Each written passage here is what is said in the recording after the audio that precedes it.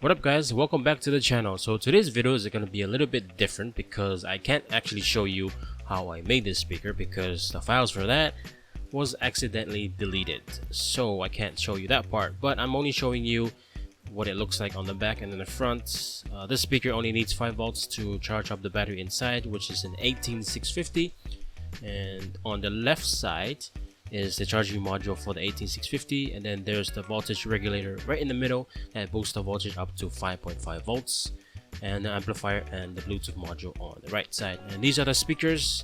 They're rated at 5 watts and can go up to 10 watts peak. So let's go to the sound test.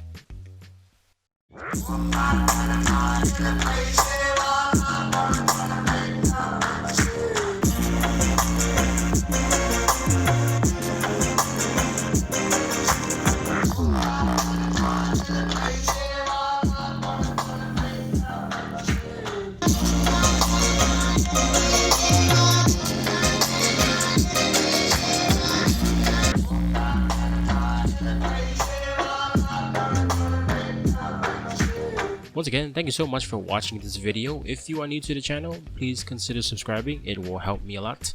And don't forget to enable that bell notification on the right. That way, you'll be notified of every new video I upload.